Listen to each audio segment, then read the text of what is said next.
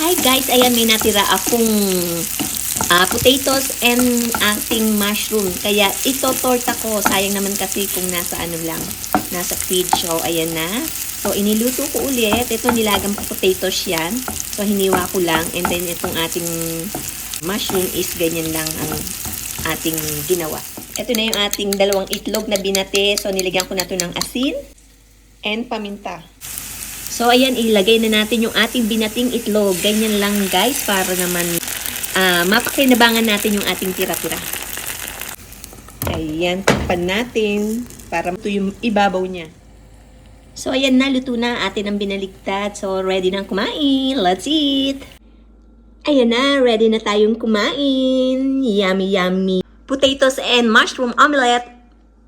Yummy! Ayan, mula sa ating natirang mga ulam is nakagawa tayo ng masustansyang meal for lunch.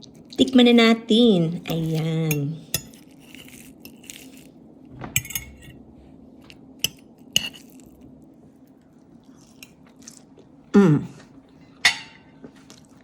Ang harap. Yummy talaga.